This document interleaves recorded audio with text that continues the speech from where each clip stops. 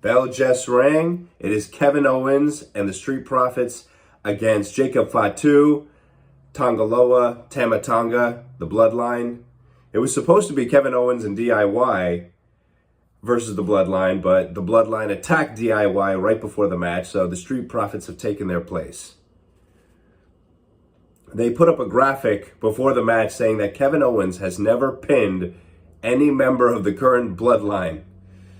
By the way, Kevin Owens deserves better. I mean, this guy has been fighting the Bloodline for years. First the original Bloodline, now the new Bloodline. They need to give this guy a world championship at some point. I know he's been Universal Champion before, but his title reign was not so good. And that's not really his fault. It's just he held it for such a short period of time and he couldn't really make it meaningful. He should be world champion at some point. But nowadays, with Cody Rhodes as champion, very few people have a chance of becoming world champion at this point. I mean, it's only the people at the very tippy top. So, Kevin Owens and Sami Zayn should be world champions. So I hope at some point both of them get the world championship. Now, my prediction for this match is that the Bloodline wins. Mainly because Jacob Fatu and Solo Sikoa are facing Roman Reigns and Cody Rhodes at Bad Blood. Now Jacob Fatu is in the ring for the first time. He's facing Montez Ford here. Jacob Fatu is probably the guy with the most potential in the WWE, and he's so young. I mean, compared to some of the other top guys, and he's going to be world champion. I mean, this is the best guy they've got. He actually wrestles like he's fighting. You know, he's got all the greatest facial reactions. He's physical. He can do some high-flying stuff. And for a guy his size, it's ridiculous. He's in the best shape of his career. I mean, if you look at his physique the way it was before he got to the WWE, he looked a little bit different. I mean, so this guy has an incredible work ethic, obviously. He's got it all. I'm not surprised that he has risen so fast ever since his debut.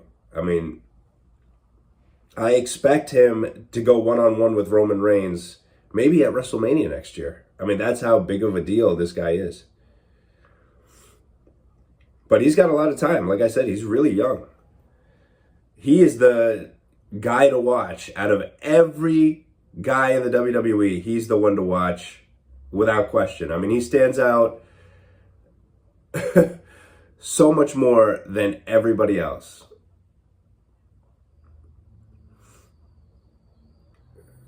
I mean, so many of the other guys just wrestle a very cookie-cutter style. It looks very similar to everyone else's style.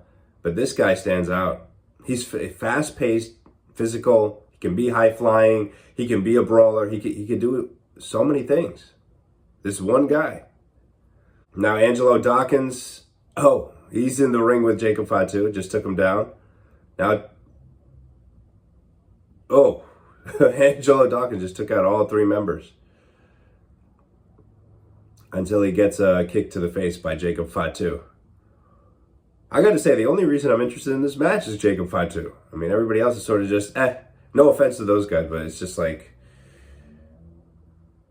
you're watching a guy who you know is a future world champion. And it's just like, oh, he just did that jumping moonsault off the top rope, Jacob Fatu. Like, it's nothing. Like, it's so easy. Like, everyone can do that. He makes it look easy. For somebody that size to have that kind of agility, I mean, you just don't see this kind of stuff. Okay, they just had a commercial break. They're back now.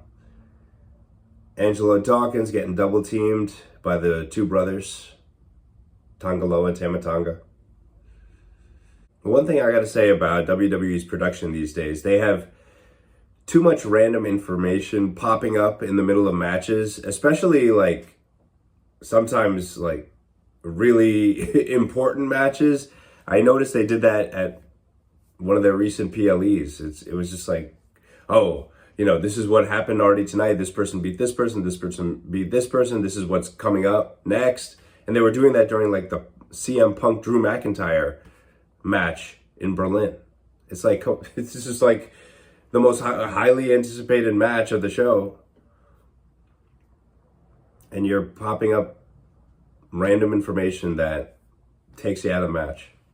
Jacob Fatu taking it to Angelo Dawkins. Again, real physical. He just Irish whipped Angelo Dawkins hard into the turnbuckle. Everything he does, it's almost like every move matters. Every facial expression matters. And these are things that most wrestlers never learn. It's like, this is how you captivate the audience. This is how you make a connection with them. This is how you pay attention. Make them pay attention. Here comes Montez Ford.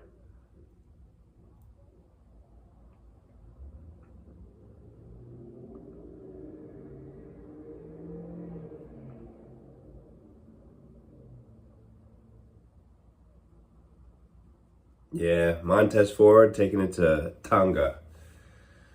Standing moonsault on Tonga.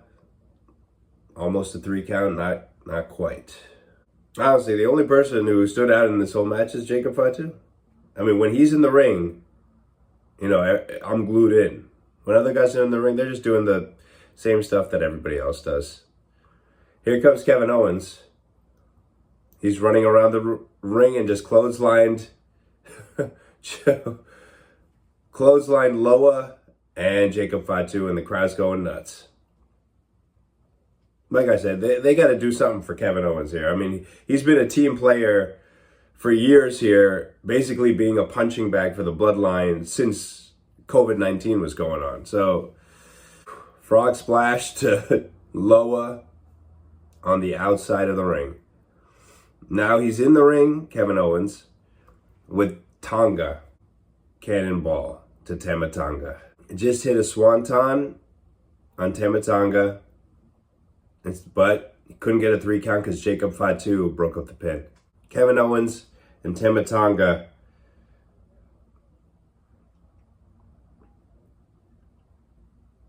Kevin Owens hit a huge suplex off the top rope like a brain buster. Went for a 3 count. Got broken up by Tama Tonga's brother. Hits a stunner on Tama Tonga. 1, 2, and again, his brother broke up the pin, pulled Kevin Owens out of the ring, threw him into the steel steps. Now this is a no contest, I guess, because the referee, the referee just lost control of the match. Montez Ford just did this incredible dive over the top rope onto Jacob Fatu and landed on his feet. Right now, Montez Ford is the only one standing. Jacob Fatu is now back up. Yeah, and so this is just another Bloodline beatdown, it looks like. Yeah, the match itself was okay. It wasn't like anything incredible. Obviously, the highlight being Jacob Fatu. Is that a surprise? I mean, it's like, this match is probably just worth watching just to watch Jacob Fatu, because you're seeing a future world champion in action here. This guy could be the biggest star in the WWE. I mean, the way he wrestles, I enjoy watching him more than I enjoy watching Cody Rhodes or Roman Reigns or really any of the top guys they have. I mean, except CM Punk. CM Punk is probably the best they have in terms of on the mic, in the ring, everything. CM Punk is the total package. But, one day CM Punk's going to retire, and they need really big stars, and Jacob Fatu is that guy.